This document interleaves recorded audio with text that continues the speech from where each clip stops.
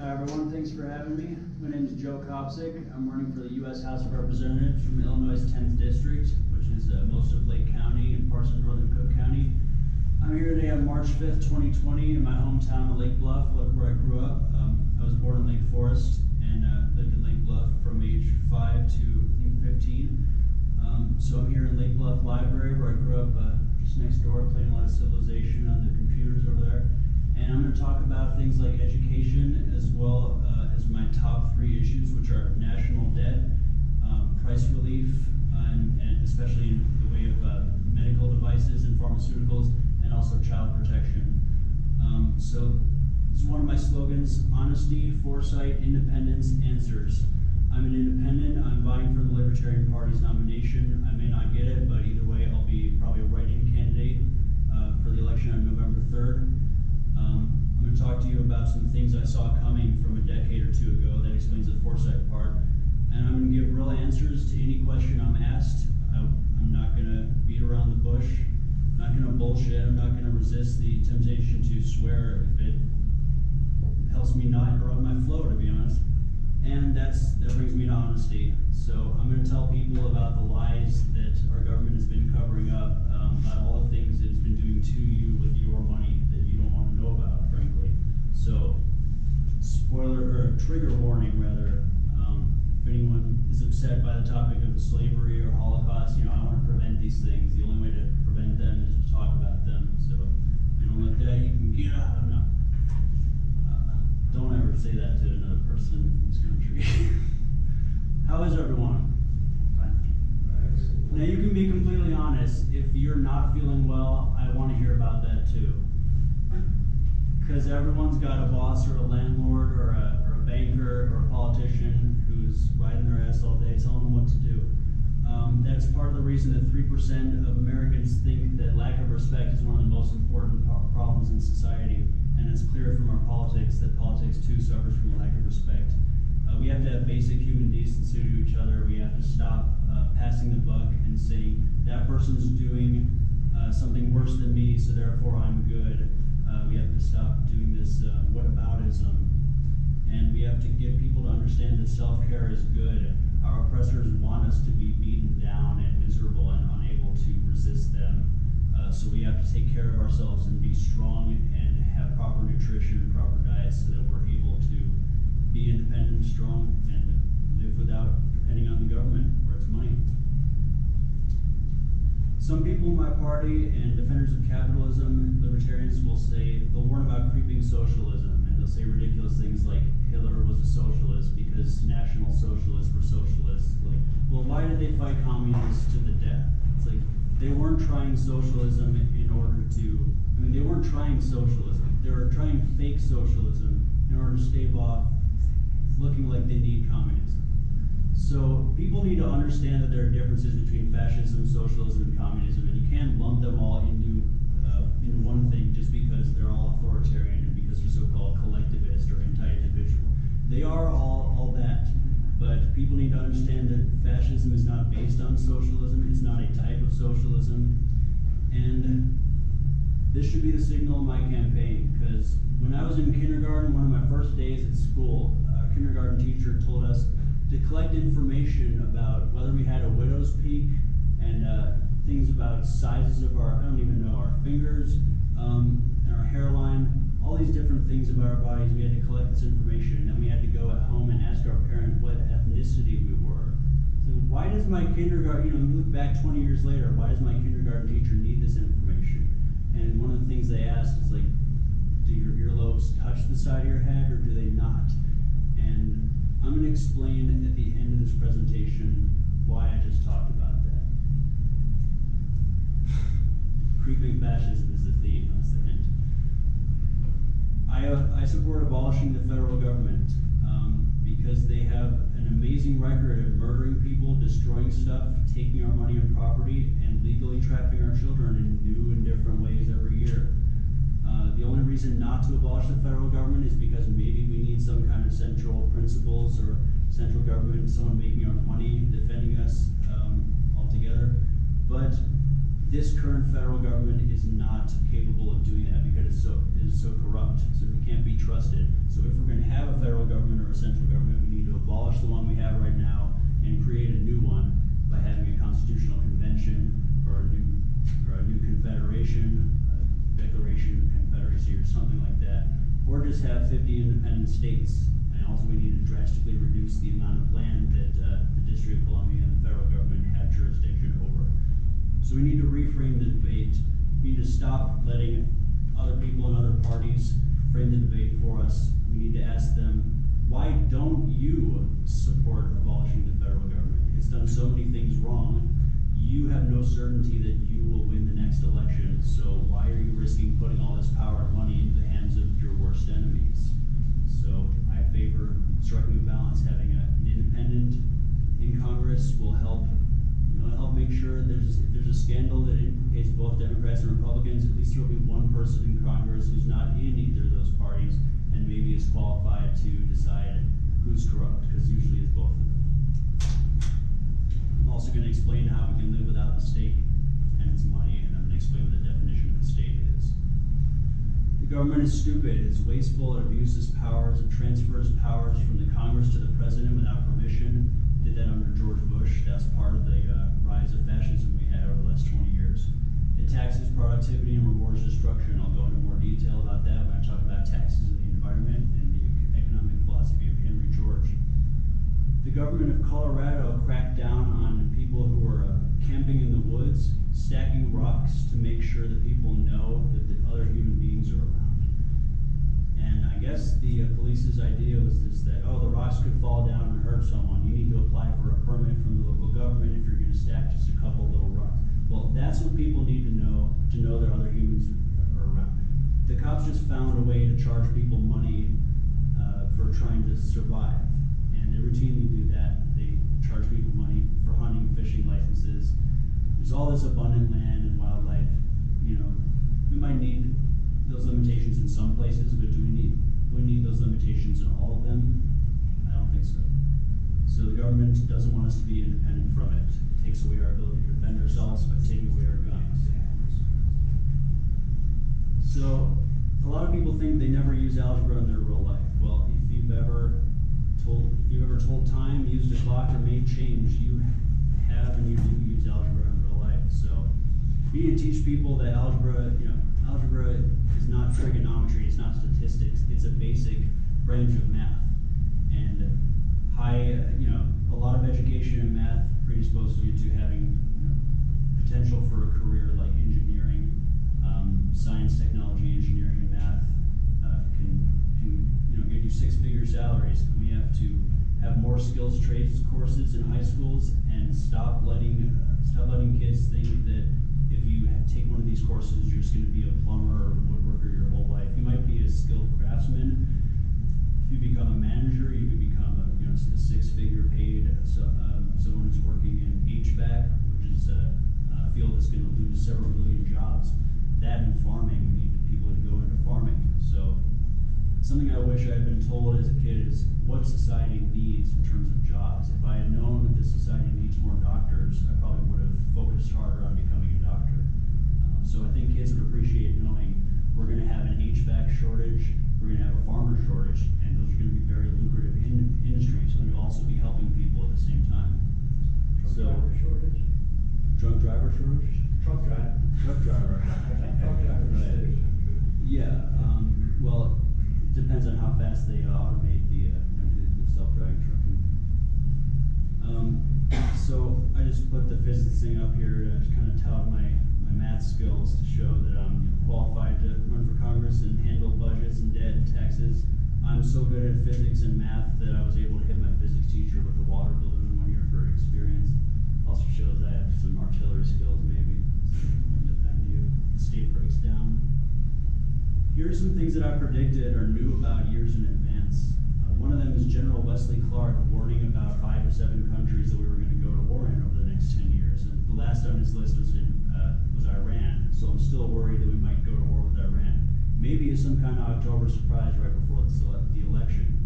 Biggest fear is that Trump will shut down the election and say, we're going to war with Iran, everyone's drafted, you don't get to choose. So here's one of the things I knew when I was really young. I knew the FBI was doing wiretaps without warrants because it was being reported in the mainstream news. Of course, course, plenty of people just weren't ready to accept it. So that just started off just a whole big list of me noticing things were wrong before other people did. So I'm here because I just want to be listened to, and I want to have an hour. I want to make sure I have free speech, because there's a lot of just myths that need to be blown right open, and you can't figure it out just by piecing together Fox News, MSNBC, and like, we have a surveillance state. I know someone who had to give her fingerprint in order to buy a bag of Cheetos at Walmart because she wanted to use a credit card. We're now being expected to give our fingerprints at banks, stores, and even libraries. North Chicago Library had to give a fingerprint to a woman who, by the way, says she pronounces it library. And I know they're poor in North Chicago, but it's like, come on, you work at the library. You should know how to pronounce it by now. So you have stupid kids who are going to grow up to be stupid adults. I'm not saying more public investment in education. We need more private investment in education, because I don't just want schools teaching government propaganda, because we'll get more of this stuff. This has all been happening since 9/11. It's because of the denial of our rights to privacy. And people say, right to privacy is not in the Constitution. It's like, well, you need to understand the 4th, the 7th, and the 9th Amendments to see how it actually is. So rule of law is broken down. That's why it doesn't matter whether we have anarchy or order right now. Right now we have a fascist regime and we're in chaos. We can't tell the difference between anarchy and order. So the A and O sign actually means anarchy is order. It's because anarchy is the creator of order. Anarchy means no hierarchy, no one forcing anyone else to work for their benefit. No landlords, bosses, or bankers having hierarchical relationships, dominating relationships over us. And if everyone has to work for themselves, then that is true order. And it's also true anarchy at the same time. It's hierarchicalness. So it's impossible to win victimless crime cases because the prosecutor, the public defender, the police witness, and the judge all work for the state. Due process is not possible in victimless crime cases, which include marijuana charges. So that's why we have to defend people's rights to actually represent themselves in the courtroom, and part of that means making sure the law is simple enough so that people can defend themselves in the courtroom. And I oppose, by the way, licensing the right to become a lawyer, because it could potentially curb the power of lawyers' unions that are too big, but it would also have the negative of requiring a person to get a license in order to defend himself in the courtroom. And we have the right to assistance of legal counsel. It doesn't mean we have the right to have a lawyer appointed that's taxpayer funded. That doesn't say that in the Constitution. That's just how we interpret it. Government's taken away our right to self-defense. A lot of people think the police have a duty to protect and serve, but there was a 1981 Supreme Court case called Warren versus District of Columbia that ruled the police have no duty to protect and serve the general public unless they have a specific contract. So basically the police operate on a private contract system like the mafia. What is anarchy? What is order anymore? I favor the rule of law. I'm running under a platform of anarchy, but I'm actually the law and order candidate because life's absurd that way. I want to bring rule of law back so we don't have to deal with fascism and chaos, which are basically the same thing. It's hard to tell sometimes. The definition of the state is an agency capable of wielding a credible monopoly over the legitimate use of initiatory force or violence, that is aggression, starting a fight over a given territory in the course of enforcement of its order. And that initiating aggression includes literal aggression, physical aggression, but it also includes getting involved in your court case when it might necessarily not have anything to do with it. So the state's evil because it legitimizes violence, most importantly of all. Second, it's territorial like a wolf. And third, it monopolizes the use of force so much that we can't even defend ourselves without their permission. Here's how we weaken the state's monopoly. We localize government. We duly divide policy spheres like the Constitution was supposed to do between the states and the federal government. Federal government should just do basically military, money, and mail, the 3 M's, and a few other things. The states should do most of the rest of the stuff, and now federal government's doing everything. That's a monopoly. We need to respect the separation of powers. We need to not have the president be a legislator and not have the Congress hand over its powers to the president. And we need to have term limits so that no one's in office too long, because that begins to resemble a dictatorship. support First Amendment wholeheartedly. I support building a bridge between the Second and Third Amendments by protecting our freedom from the draft with our guns. The Second Amendment, as it was originally written, was twice as long, and it included a provision for conscientious objection against serving in the draft. It originally intended to protect our right to defend ourselves against forced conscription in person for any army, whether it's the British Redcoats or the Americans. As long as a person is religiously scrupulous of bearing arms, which means two things: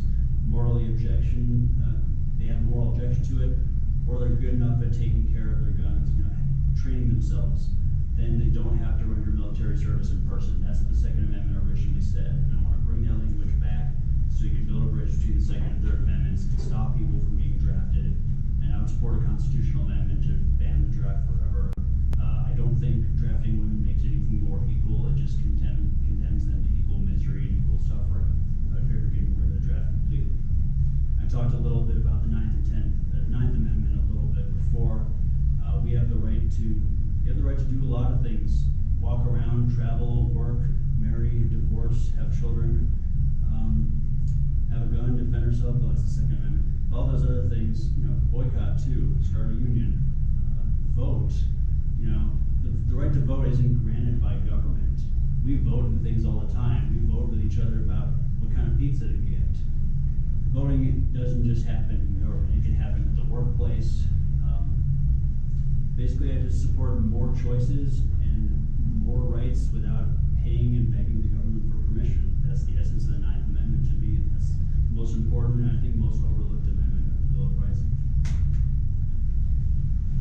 We need to take a look at our political alliances. Like I said before, the progressives and libertarians are fighting the leaderships of the two parties, and I favor a progressive libertarian alliance because those two caucuses are more geared towards Bill of Rights.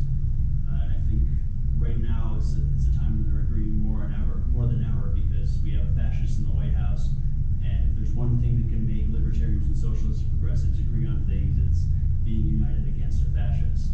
So I would try to form new ideological caucuses that would leave membership open to people from both parties or multiple parties. And I would also try to advocate for a parliamentary-based system, which could involve changing the Constitution.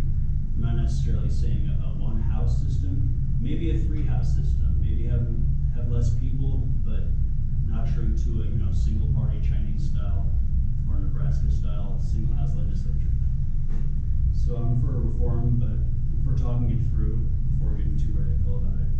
The Senate's got too much power. We need serious term limits. We need to maybe consider changing the Electoral College. Fundamental changes. And that's what I would get at because I'm radical.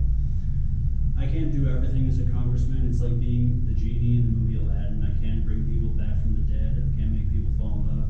I can't do anything that's not in the enumerated powers. Article 1, Section 8 of the Constitution, which only lists 17 clauses and about 35 powers.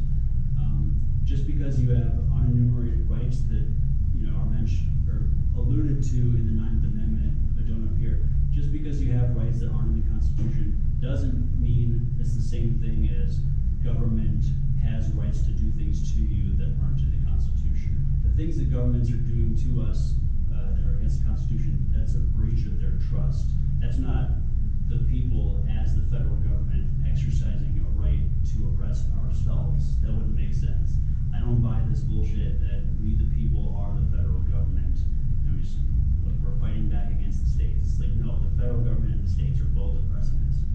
So there are a few clauses like the necessary and proper clause, the interstate commerce clause, the general welfare clause that are kind of being loosely interpreted in terms of what they mean, and they're just being misapplied and being used to excuse just government granting itself more power and property and money and more jurisdiction over certain policy spheres all the time, and it's just gotten completely out of hand. It's like, dude, we told you military, money, and mail, and they come back, it's like, hey, we seized all this land and grew food on it and then regulated the food because we built an FDA, and then we had to have health, and then we had health, education, and welfare, and a labor and commerce department, and then we had to build a great surveillance state. It's like, we didn't ask you to do all that. It's like, oh, it's okay, I just want all your freedom and all your money forever. That's a breach of trust, and it's completely unacceptable. Why live in government? Because we shouldn't have to put up with that shit all the time. Beto O'Rourke and Tulsi Gabbard can tried to curse their way to the presidency. I'm just cursing my way to the Congress. It's okay. Here's my philosophy of government. There's too much talk about public versus private. There's more sectors than that. There's also the commons, lands that were owned by no one, that anyone could grow on. The purpose of this was that they wouldn't have to pay anyone the produce or anything, out of what they made.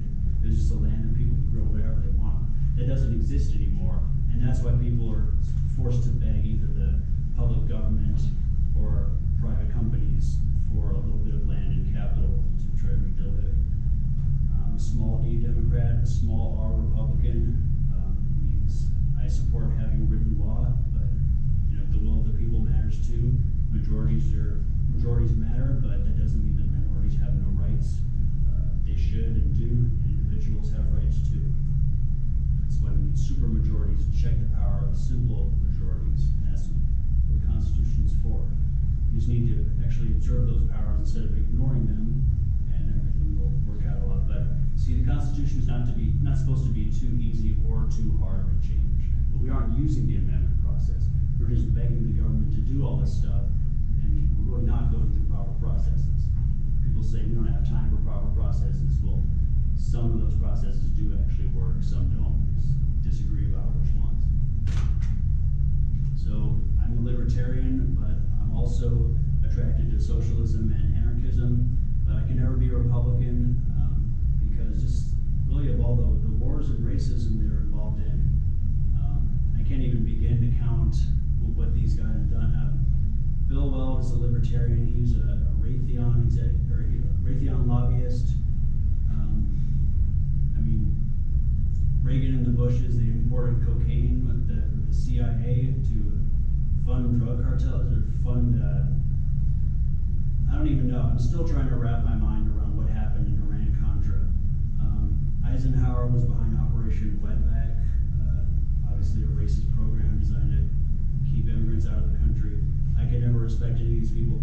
Ron and Rand Paul have been influences, but I don't agree with them about abortion, although a few things that kind of convinced me. But Rand Paul, the big thing with him is that America and Israel both sold weapons to terrorists in Ukraine and Syria back in 2015. And those terrorists ended up using those weapons to kill Jewish people. It's like, it's hard, you'll get criticized if you criticize Israel, but if you try to constructively criticize, you can just be like, hey guys, don't sell so many weapons if you're getting your own people killed. It's like, just trying to warn them about that. America's doing it too. We don't want America and Israel just following each other's bad examples of selling weapons to our own enemies and then wondering why we have to keep building more and more expensive, complex weapons that just keep falling into. Like when we lose the drone, when Iran captures our drone, it's like, well, great, now we have to have a more expensive drone program. It's like, that's why the military costs are out of control, because we're selling weapons to plenty of countries, and we're letting weapons fall into the hands of other countries willy-nilly. If we never flew our drones outside of American airspace, no country would ever capture it. The military would be a lot cheaper. I can never be a Democrat because FDR put Japanese people in internment camps, 110,000 of them. He had an anti-Semitic advisor named Henry Stimson, who I'll tell you about later. Truman dropped a nuclear weapon on Japan twice when he didn't need to. They were about to surrender. Kennedy expanded the war in Vietnam. Johnson, I think, did the same. He posed as a civil rights hero. He spent his whole life opposing civil rights legislation, and then he found one that it was opportunistic to support the Civil Rights Act that desegregated lunch counters and other hotels and stuff, and he just went at it. And Barry Goldwater was like, I legally, constitutionally cannot support that, and here's why.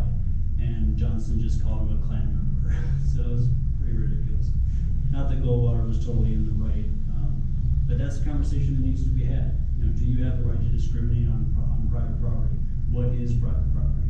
How much government help getting your private property does there need to be before it's no longer private property? And that's that's the thing that I want to explore, because I don't believe in discrimination on any property that is in any way government supported. But I want to have some kind of, it should be legal to discriminate in some sense, because sometimes there are single person, if one black person or one white person owns a business, is that a blacks only business or is that a whites only business? And if there's a problem with like racist cops all over the place, and there's a black business that thinks they're threatened, they should be free to keep white people out if they think that's necessary to protect themselves. So we need to have a mix of private property and public property if we're going to consider anything like voluntary separation or having these full private business rights that libertarians are talking about. So I'm trying to explain that I'm a lot more cautious about this. I used to agree with them a lot more about this, but now I understand how much, it's not that we owe the state a lot of credit for helping us get our properties, because they interfere in our property all the time. It's just, the state conquered this land, and if we don't actually do anything to justify our own property, like by protecting it, then we don't really deserve it in a sense. So that's really more of an anarchist thing. I kind of veered off course there. Jimmy Carter armed the Mujahideen in Afghanistan. Reagan didn't start that. That was Carter. Bill Clinton bombed Iraq a couple times in Afghanistan in 1998. No one ever talks about it. Nancy Pelosi said, "We will not impeach George Bush after his war crimes, which include use of depleted uranium, making mutated babies in Fallujah, Iraq." Nancy Pelosi said, "Let that guy keep being president." I'm like, okay, I can't be a Democrat. This is ridiculous. Then I found out 15 years later that she knew about torture in 2002 and didn't tell us. So I can never trust either of the two major parties. You start going through this a little quicker. Barack Obama is not perfect. If there's nothing wrong with Barack Obama, then why did he why did he choose a child molester as his vice president? That should be the big question. Yes. He dropped so many bombs in Syria that they ran out of bombs. He expanded the war in Afghanistan. People want to give him credit for like drawing down Iraq and Afghanistan. He maybe drew down Iraq, but that's because he replaced soldiers with military contractors. That shouldn't really count. So he didn't end 2 wars. He actually started 5 new ones. Yemen, Pakistan, Somalia, the other ones. Joe Biden just needs to go. He's the reason. He did a lot of bad stuff in the 90s with he just went way too far in banning drugs. He put 1 million black and brown fathers in jail, taking them away from their children forever for decades. He cracked down on clubs too hard because of the drug scene. He contributed to the hysteria over ecstasy. That law made people think, oh, ecstasy's so dangerous, you need a lot of water. And then people die from drinking too much water. So you need to teach kids, risk prevention, not just scare them off drugs. And Joe Biden also supported teen delinquents going to boot camps as a supposedly less abusive alternative to prisons. I know someone who was detained in a boot camp for 18 months in Mexico. There's a system with them called WWASPS. And I assure you, boot camps for teenagers are no less abusive than prisons.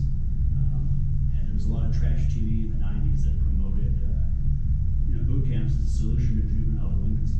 It's really weird how in the early 90s we went straight from like Geraldo and the kidnapping and child sexual abuse, satanic ritual abuse panic. And then all of a sudden, oh, we overblew that controversy. Kidnapping is actually not a problem. Let's send all these kids to boot camps now. It's like, well, just a minute ago you were worried about trafficking them and kidnapping them, and now you're actively kidnapping and trafficking them as part of the Jerry Springer show. What the hell is going on? Oh yeah, and Joe Biden, January 3rd, 2015, he pinched an 8-year-old girl's nipple. She's the niece of a Montana senator who's a Republican. Joe Biden did a couple things right. He said, like I've been talking about the 9th Amendment, I believe abortion is a right, and I believe it doesn't have to be mentioned in the Constitution to be a right. We'll talk about Roe v. Wade a little later. And Biden had a good idea to split up Iraq into 3 countries, the Kurds, the Shiites, and the Sunnis. That could have been done from the beginning. The stop clock is right twice a day. Bernie Sanders voted for a lot of wars that nobody is talking about. He said some critical things of Assad and Milosevic. He supported Bill Clinton's bombing of Baghdad in '98. Once we were in Iraq, he wasn't really that resolute about getting out of it quickly. He supported a gradual withdrawal. He once told a crowd of people to shut up when they were saying that Palestinians had a right to resist Israelis. He joined Warren and Franken and a couple other people to support Israel's strike on Gaza in 2014 and 15. He sided with Nancy Pelosi against impeaching George Bush, the biggest, grandson of a Nazi war profiteer, like the biggest tyrant we've known in the last 30 years. And he watered down the end of Fed legislation. So Bernie Sanders has a lot of room for improvement, and I think he doesn't want to talk about his foreign policy record because his domestic policy record is so popular. And this is why I find it hard to vote for Bernie Sanders, because when he calls Joe Biden my friend, I believe him. He supported the Clinton Omnibus Crime Bill, Violence Against Women Act. I'll get into detail later about what's good about that, what's bad. So Warren restored faith in government and the banking system at a time where we should have never trusted it ever. She created the Consumer Financial Protection Bureau. It's a nice positive idea to think we can trust government, but look who's in the White House, look who else is in charge. Biden's the top nominee for the Democratic nomination. Just nothing good ahead. Tulsi Gabbard gave a speech to a pro-Israel group in 2015 where she was praising Hawaii Senator Daniel Inouye for changing loans to Israel into just gifts to Israel. I'm 100% against all foreign aid. I want to get rid of all of it. We should not be giving gifts to any country, no matter how much we like them. My favorite candidates in the Democratic race were Andrew Yang, Marianne Williamson, and Mike Gravel, because they were what I think personified the progressive libertarian ideal the best. They value civil liberties. They also value equality, and they take the need for reparations and basic income seriously, as well as for what more people are calling these days ending the forever wars. So I'm going to take an unpopular position. I'm going to defend Citizens United. Limiting government is actually what we need to do instead of overturn Citizens United. People say that Citizens United is the result, or Citizens United is the cause of why we have big money in government. The reason we have big money in government is because we have an unlimited federal government in Washington, D.C. that's allowed to vote itself as much power and money as it wants. And that includes 4 elections. So we could try to put limitations on elections if we want, but I think the power of the government should just continue to grow and beg for more money to build more new departments, to take away more of our rights. That's going to make it inevitable that money is going to be in politics. So we need a strictly limited government with a smaller budget. And we need candidates who pledge not to receive corporate money or taxpayer money. I don't want to receive matching funds. I don't believe in taking taxpayer money, except if you're really poor. It's up to an individual, but for me, I won't take taxpayer money for my campaign. I don't want to take corporate money. I won't take money from billionaires, not that I expect any of it. But we can run this whole campaign just by emailing each other and just printing out a few things. I'm for easier ballot access and debate access for third parties. I think if you're required to have an ID in order to exist or drive or travel or vote, then the government should have to pay for it. If they're the ones saying that you have to have it, they should be the one paying for it. Biggest risk of election interference is just from the major 2 parties trying to keep out third parties. It's not from Russia. And by the way, there's equal chance, Russia or Ukraine or Israel or some other country was the one that interfered. Maybe even all of them, I don't know. We need to think about our alliances. We've had a long time to play around with the UK and the Saudis and Israel, kind of creating terrorist groups and doing false flags all over the place. And we've just been attacking ourselves. Basically, these are the countries that helped America do 9/11 to itself, in addition to Pakistan. The intelligence agencies of America, UK, Saudis, Israel, and Pakistan Lester Tarpley, planned and executed 9/11. Israeli intelligence agents infiltrated Al-Qaeda cells and provocateured them and gave them some of the supplies or money they needed to pull off the attacks. And the American security and intelligence apparatus allowed it to happen with the help of the Bushes. And we're all just telling ourselves that Iran did it. America said that 9/11 victims' families could sue Iran in court, and then a Belgian court said that they couldn't because the Europeans know that Iran had nothing to do with 9/11. But regardless, people like Rudy Giuliani have been trying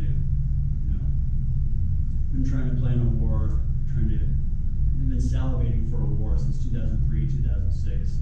It had nothing to do with 9/11. 3/4 of the 9/11 hijackers were from Saudi Arabia. We need to stop reaching out to Saudi Arabia and reduce their control over our economy. They're supplying us oil. I think we've already done that a little bit, so that's good. And but we also need to try to mend our relationship with Iran because they are a civilized country. We cast most Muslims like they're crazy savage desert people. Like if that applies to anyone, no offense intended, but it's the people of Saudi Arabia, not the people of Iran. Those are the two big powers in the Middle East, and we have chosen to suck up to the completely wrong one. I hate the thought of bombing UNESCO World Heritage Sites in Iran that Trump threatened to do. So yeah, obviously, needless to say, not all Muslims were responsible for 9/11. Some Americans did it too. How to resolve the Israel-Palestine conflict. I shouldn't want to get involved in this as an American, and it's not even my country, but I think anarchy or communal solutions or autonomy is going to be a solution. To have a contiguous territorial state, that plan was abandoned in 1948 when they were going to try to have 3 territories for each of the Jews and the Arabs to live there, and it didn't work. Jerusalem is going to be an international UN monitored zone. And I think if we just have every community deciding which nationhood or whatever it wants to belong to, there's an idea called personal and national autonomy, where you let each individual person decide what nation they want to be a member of. And that helps people in really religiously and culturally, ethnically diverse areas. And it was proposed to solve the problems that were in Serbia, Bosnia, places with those problems. I'm not really that afraid of Russia. Russia and China. What America is doing right now, it's making all its potential rivals and enemies sidle up with each other. We're uniting our enemies against us. And the real worst case scenario that could happen has already happened. It's Russia and China conducting joint military drills, which they did 5-10 years ago. Also in concert with another country here or there that I'm worried about, like Pakistan or Iraq or Iran, North Korea or Syria.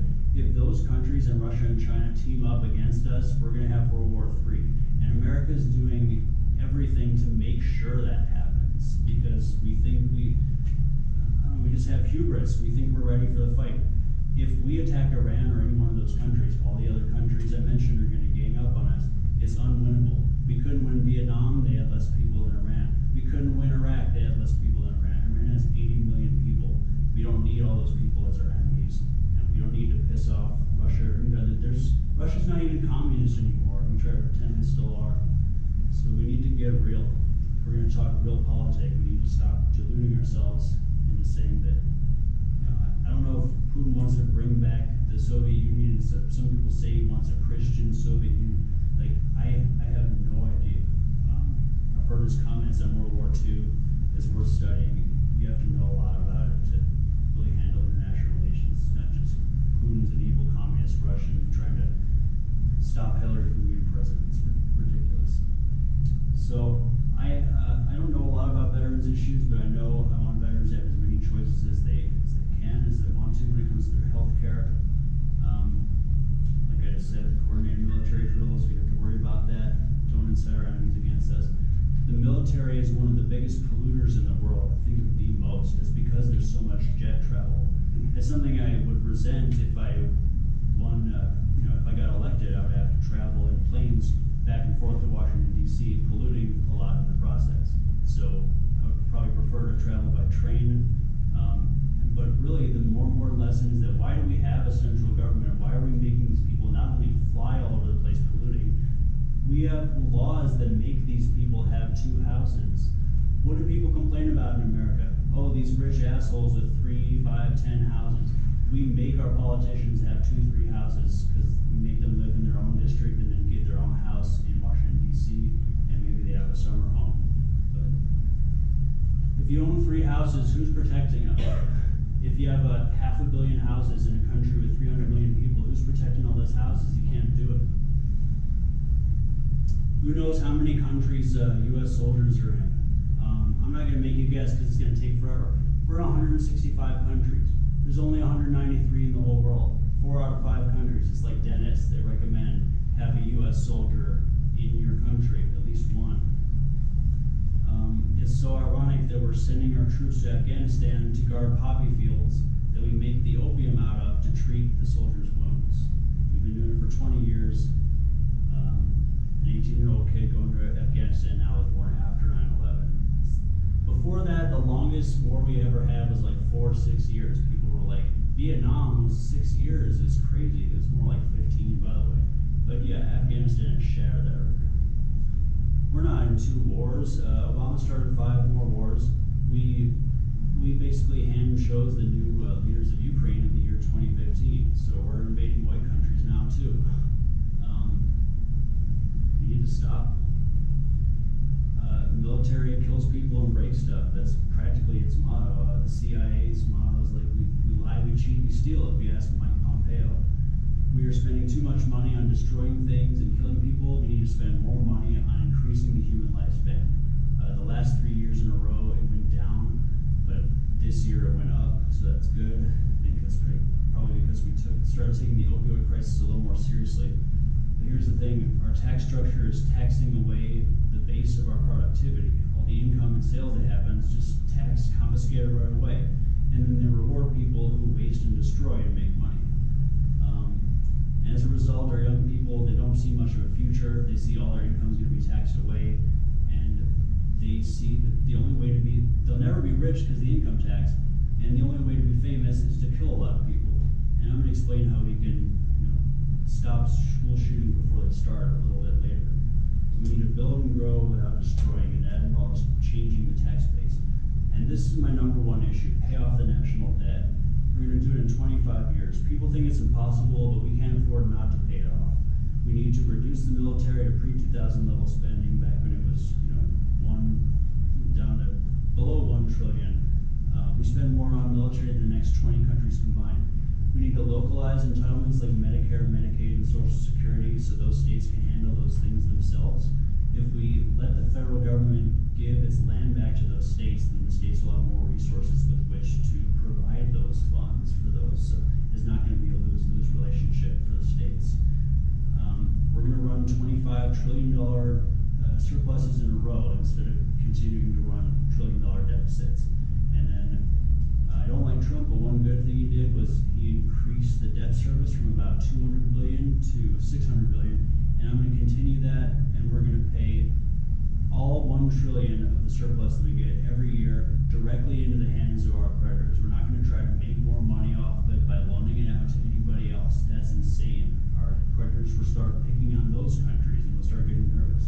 We need to avoid a war with China, Japan, and the Federal Reserve, and pay off our creditors, but we're going to do it without taxing poor people who don't hurt anyone to make their money. And also, I want to get rid of 5 departments right away. They're the same 5 that Ron Paul right now they're abolishing: commerce, education, HUD, energy, and interior. And that's because commerce is a repository of corporate greed. Interior allows the government to have so much land that it doesn't deserve. Education is propagandizing your kids. Energy, another repository for corporate greed. And the other one, HUD, there's basically the federal government sponsoring fraudulent flood insurance and home insurance programs. These homes aren't all in good locations, and like I said, government shouldn't own so much land. There's no authority for government to be involved in housing at the federal government anyway. If you want federal government to have authority over housing, we need a proper constitutional amendment. I don't really have an opinion about changing the retirement age because because of Social Security, that there is no authority for anything to do with retirement in the Constitution. We would need a constitutional amendment. But if we're going to have government involvement in retirement, then the state should do it. They have every right to do that under the Constitution. Part of the Social Security system is child support, and that allows the states to make money, to get federal money every time they make a father pay his child support payments, whether he really deserves to be forced to pay that or not, whether he's a deadbeat dad or not. And family law courts are intervening in custody hearings, and I'll get to that more later. But important thing is the risk that Social Security or privatization schemes of it risk collateralizing the debt that we have, kind of that we all have as a share of being an American citizen, theoretically, if we're forced to pay taxes at some point. It collateralizes that debt and it sells it to international investors. European bondholders bought up a bunch of government debt back in 2010.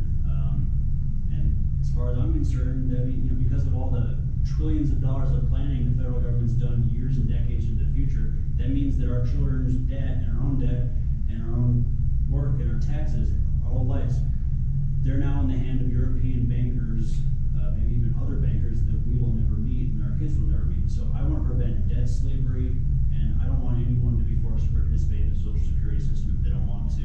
Young people should be able to opt out. Everyone should be able to opt out. Everyone should be able to self-direct, take it out, in the casino if they want. But we also need not-for-profit, not state solutions. Not all private solutions to retirement should have to be for-profit. There's things like mutual funds. People should be encouraged to invest in credit unions. So we need more cooperative enterprises so that everyone's not just geared towards getting as much short-term profit as they can. That's not sustainable. One more state self-direction of Medicare, Medicaid, and Social Security. I like the idea of Medicare for all, but opting over Medicare for all because it allows what I would call a truly optional public option to exist, where people aren't forced onto Medicare if they don't want to be. But I also recognize that Medicare for all would be good because it would pool everyone's money together, and that allows us to take advantage of the kind of multiplier effect. Isn't the correct word, but it's basically the idea. But also the health is not supposed to, that's not in the enumerated powers of the Constitution. There are ways to get healthy without the federal government. Believe me, the last thing you want to do is trust the federal government about your health. Because all they do is focus on insurance. Excuse me, but you can't inject a health insurance form into your bloodstream and make you feel better. Money is actually toxic itself. It has toxic chemicals all over it. So it's making you sick while you're touching it to pay for your health insurance or pay for your health care. So we need to focus on administering medicine, which a lot of doctors are willing to do for free because they take the Hippocratic oath that says they're supposed to do. It's like, why not just say to doctors, hey, do you want to submit to the Hippocratic oath legally so that you have to help people for free? I'm sure half the doctors would be like, yeah, that's my job. Why wouldn't I want to do it? Bam, free healthcare. No government involved. I mean, you don't have to have the cops enforcing these contracts. You can have independent agencies enforcing these contracts, and then no government, free healthcare. That's why you need to listen to a libertarian talk for a few hours. We get a lot of new ideas. We need to talk about new developments in health education and teach people about them as soon as possible. There's things like robot surgeons. They figured out how to graft spinach leaf onto the human heart because the spinach leaf has the same kind of things that channel blood that the heart does. All kinds of insane things going on in the field of medicine. And we need that medicine more accessible and cheaper, and this is my plan to do it. You always need a snappy name. There are generators for these names, by the way. So I figured out, I'm going to call it empathic, eliminating medical patents to advance technologies for human immortality cheaply. And that's breakdown into 3 parts. Eliminate or reduce the duration of medical patents. We decrease the lifespan of medical patents to increase the lifespan of human beings. See, the shorter they stay, the shorter those patents stay protected, which is 14 years now, the shorter they stay protected, the sooner the generics will exist, and that means you can buy cheap alternatives to brand names, which are a big cause of high prices. Every patent is really a monopoly. It's the It's a result of rent seeking. You get the exclusive right to basically shut your competitors out of business for a certain amount of time. We're supposed to have limited patents in this country. If you look at a graph, they just got longer and longer and out of control. We need to curb it.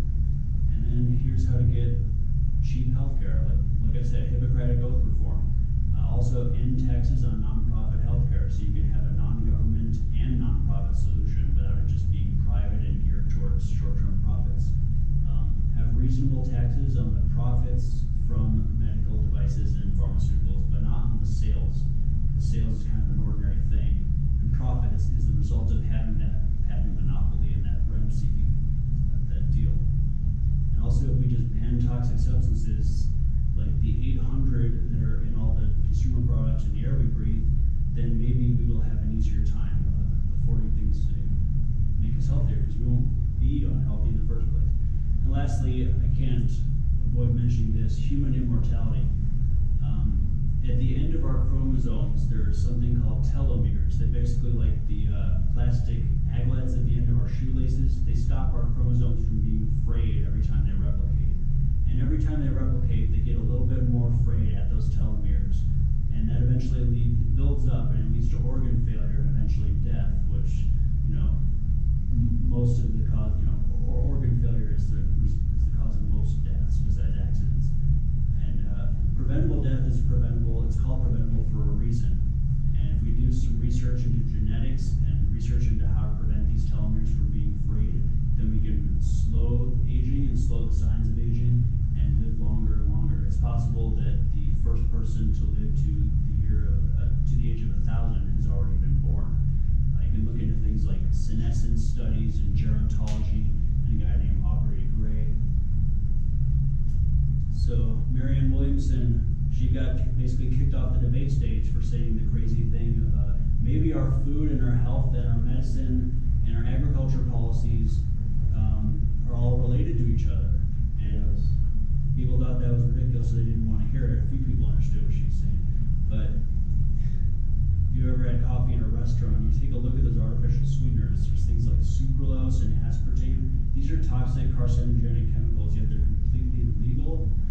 Legal at a time where marijuana was illegal, according to the FDA. Like, it has no medical benefits, which is ridiculous. Marijuana should be off Schedule 1, and FDA should look at 800 chemicals and ban them if it can, if we can even trust the government to do that. Babies are now born with 200 to 240 toxic chemicals in their body, and they'll have 600 to 800 by the time they die. That's why we're dying. The Alex Jones, the gay frogs thing, that's real. Atrazine, it doesn't turn them gay, but it blocks their hormones so that they're no longer attracted to opposite sex frogs and can't reproduce. So atrazine is real. BPA, bisphenol A, that's on our money. There's, clothes have traces of asbestos on it. So if we just get rid of these toxins, then there will be no need to have as much medicine. No need to have as much medical spending.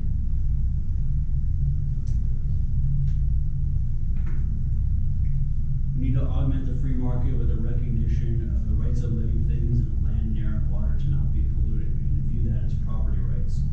And I need to mention the Green New Deal that the Democrats are supporting. They plagiarized that from the Green Party. AOC, Alexandria Ocasio-Cortez, says, if you want a real new Green Deal, like, vote for the Democratic Party's Green New Deal. It's like, well, the real Green New Deal was the original one that they came up with. Was it 50 years ago? The Green Party? 20 years ago. 20 years. Okay, so the Democrats are plagiarizing. Politics is the only industry in which plagiarism is totally not frowned upon at all, which is part of the reason why I have a career. But anyway, I don't support the Environmental Protection Agency because I think land and environment are inherently local issues. Why would the Washington, D.C. ever care about the environmental struggles of Lake County, Illinois? As Ron Paul said, why do we want to give 49 states the right to dump their nuclear waste in one other state? That's what they're talking about doing in Nevada 10 years ago. So we need to study Henry George and local non-governmental solutions, including bioregionalism. Nature gave us natural mountain borders and we're not using them. We let deadmans draw a bunch of lines in the sand. If someone tries to invade from over a mountain border, you're going to see them coming. If if pollution gets to your, water source, you're gonna be able to track it upstream without getting involved in some other government's business. So I think changing from a states' rights idea to a bioregions, a watersheds rights, divide the country up into watersheds by elevation and mountain ranges. If we have a focus on that, we'll have a focus on nature-focused borders, land-focused taxation, and with bioregionalism, we will prevent a federal government from having to exist by just saying, this is our watershed, we got it. I want to tax, quote unquote, the rich, but not because they're rich, because most of the people who are rich because they got set up with government contracts and easy lines of credit, low interest rates from the Federal Reserve, stuff like that. As a limited government person, I favor, having the government do less and employ less people so that it sets up less people with easy lines of credit, and we end the money monopoly. So people actually have to work and earn the money that they have. I don't want to tax wages. I view that as earned income. Capital gains and corporate income should maybe be viewed as something taxable because they're legally classed as unearned, but I'd rather avoid taxing productive behavior entirely, and that includes making money, investing, selling and buying, and that's why I'm against sales taxes and tariffs. They make it impossible to buy or sell something without giving money to somebody's government, and that politicizes trade. That risks things like cold wars, trade wars, and hot wars, which are real wars. So if we're not going to have trade with the country, we're going to have war with it. So we need to have good trade, easy trade, low taxes. No taxes if possible. We should only be taxing the destruction of property, destruction of land, the waste of public resources, and monopolies, because they're the easiest things to tax. They're worth chasing around. You don't have to chase land around because the state's put. It's easy to tax. And it helps us reform property taxes in the process so that people aren't deterred from improving the value of their house for fear that it will increase their tax rates. We will tax people not based on how much their home is worth, but we will tax the land beneath the home based on who owns it. So no renter, no borrower will actually have to pay any tax for occupying that land. And anything you build on your own property is just yours. You don't have to pay any part of the income or even start a business on your own property. The only reason we have a geographical separation of where people live and where the money is made is because of zoning laws. We're not even allowed to have our houses close to where we work.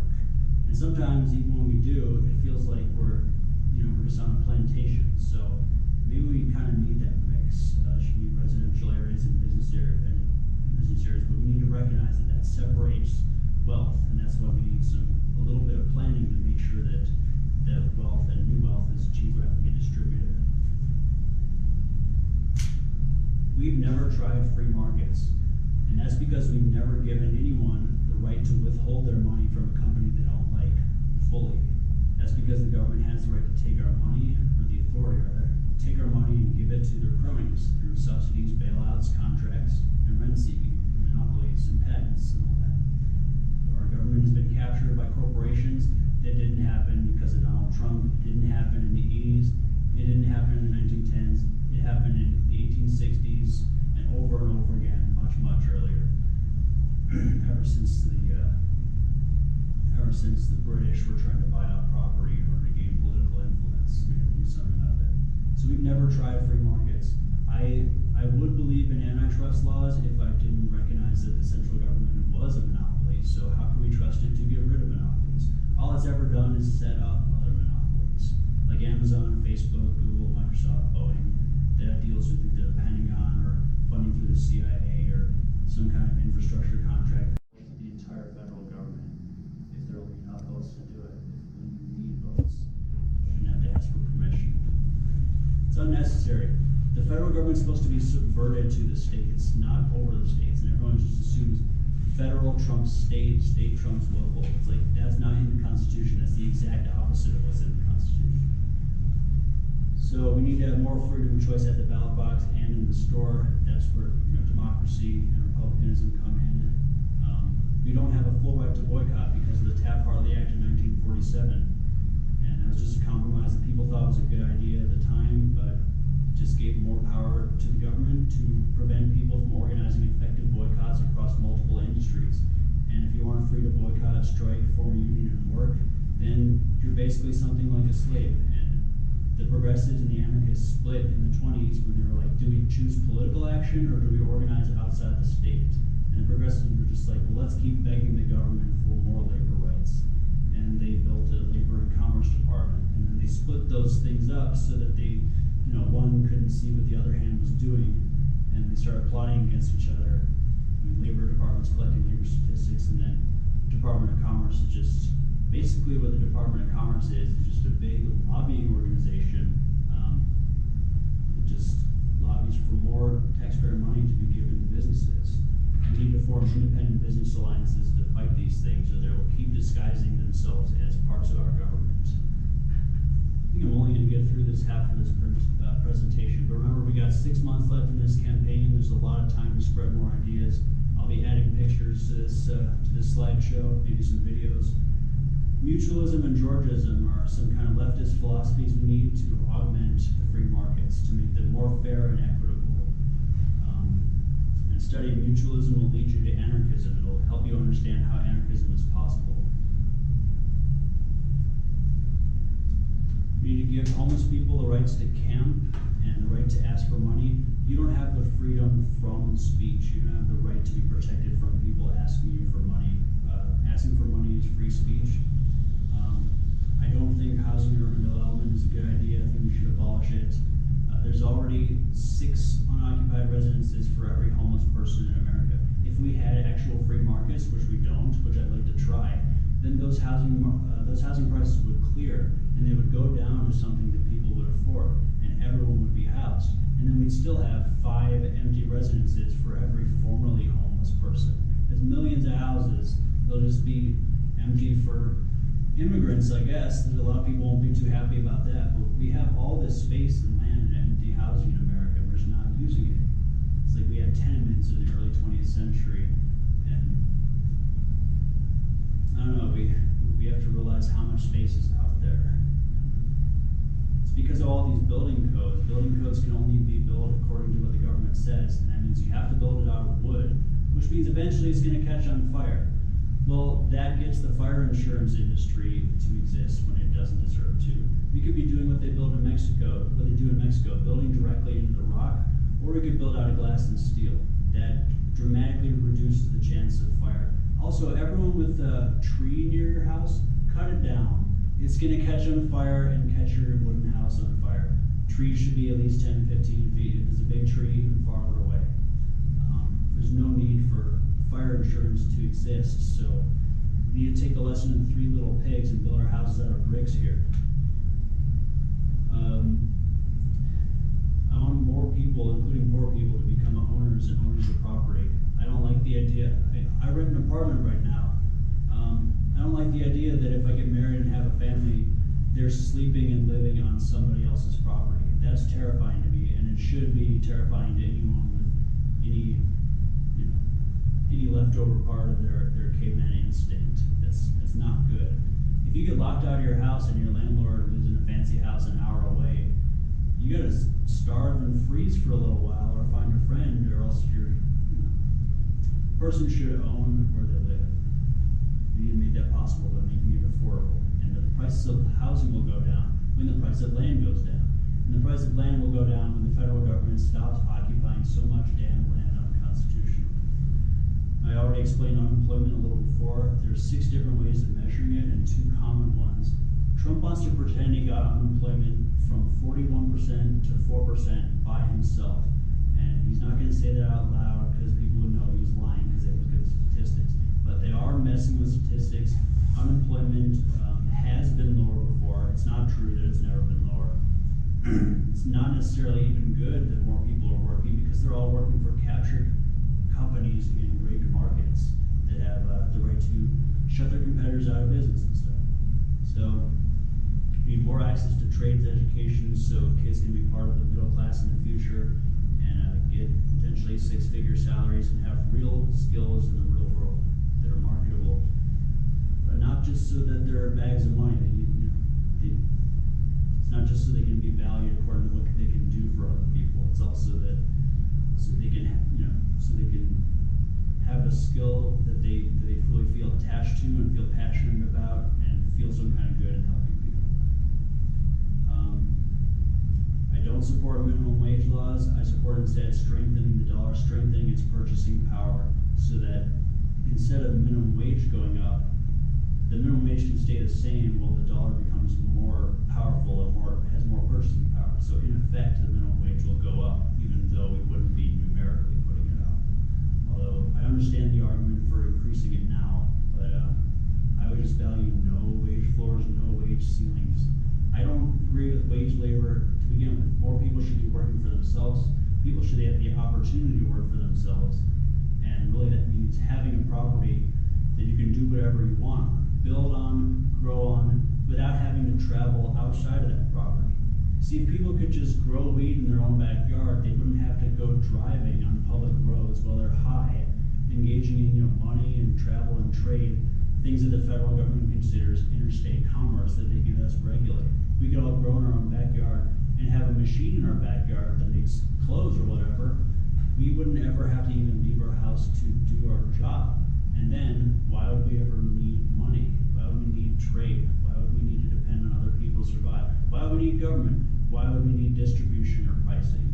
So, to be a real libertarian is to consider not only, that capitalism and competition are good things, it's also to consider, well, maybe the government is making, the money and the borders, and that even though I love these things, maybe is being created by a corrupt government and it's being paid for against my will. Maybe those things aren't perfect, and that's part of the journey I've come through over the last 10 years, starting to criticize libertarianism, kind of based on its own ideas, though. So I look forward to spending the next 6 months teaching people about free market philosophy and anarchy, and finishing this talk about the slide towards fascism, which we were in, explaining how we got here, how we got from Bush, Obama, Trump, torture, drones, all that stuff, explaining that we do have a right to privacy, talking economics, social issues. Sorry I didn't get to the most important part of my platform, in my opinion, kidnapping and reforming age of consent laws, statutory rape laws, because it is very clear that our government has just come up with dozens of ways to legally kidnap and traffic children, whether it's immigrant children or citizen children alike. And Trump and Clinton, Michael Bloomberg, a few other foreign heads of state as well, have all been found being friends of Jeffrey Epstein. We need to find out if Jeffrey Epstein's really dead. If he's not, where he's hiding. Get the FBI to have Ghislaine Maxwell come out of hiding and do something to prepare these children for the hell that corrupt government officials and people like Epstein and Maxwell want to inflict on them. We need to condition kids against accepting flirtation in school from adults and at the workplace, or else they'll grow up just like we were, just letting people make inappropriate comments all day. And the more they do it, the more we get tipped. And that's not a life that I want to live. I want to have real freedom where no one's uncomfortable at school, no one's uncomfortable at work. We'll have real opportunities at the store and at the ballot box. I hope you'll consider me for U.S. House of Representatives in Illinois' 10th District. Thank you very much.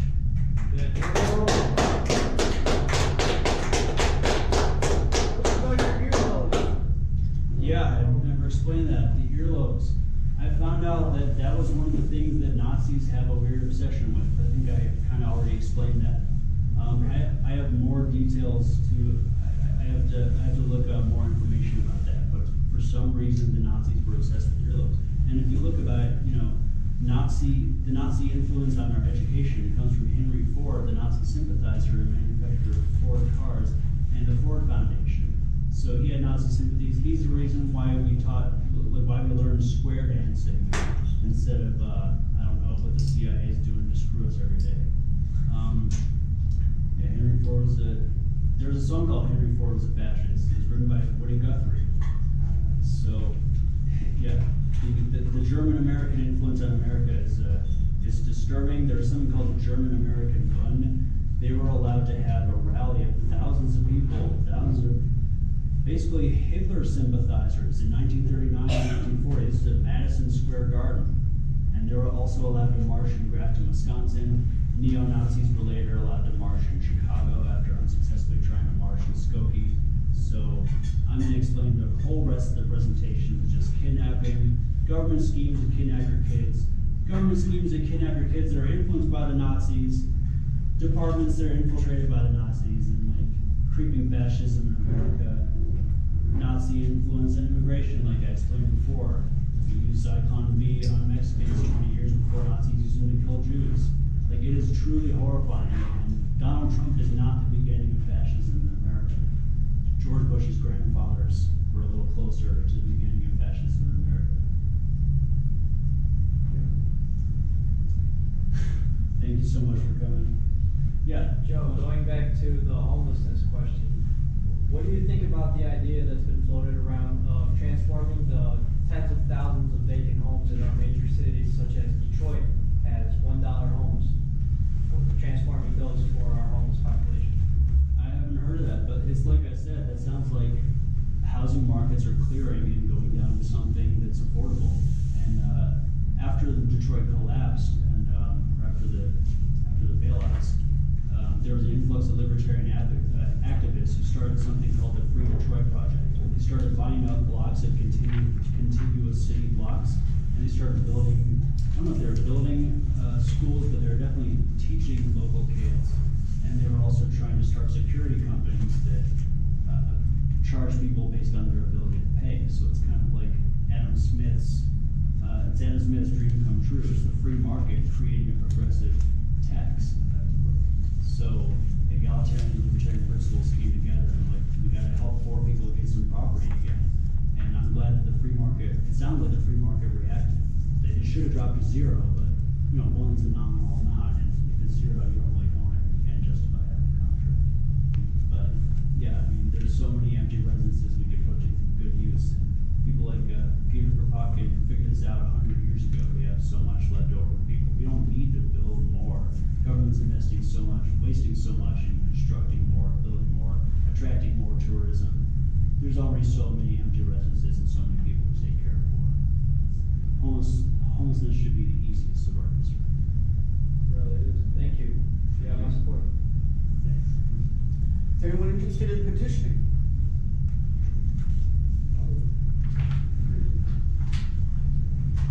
So that's just a forum explaining how to collect signatures. Signature collection starts on March 24th, goes until June 22nd. If I get the nomination from the Libertarian Party, we'll have the help of their candidates who collected on their behalf, but only in this district. Awesome. I didn't know this presentation was so long. I have just so much to say. You know? It takes a lot to debunk all the talking points. Thank you guys for listening.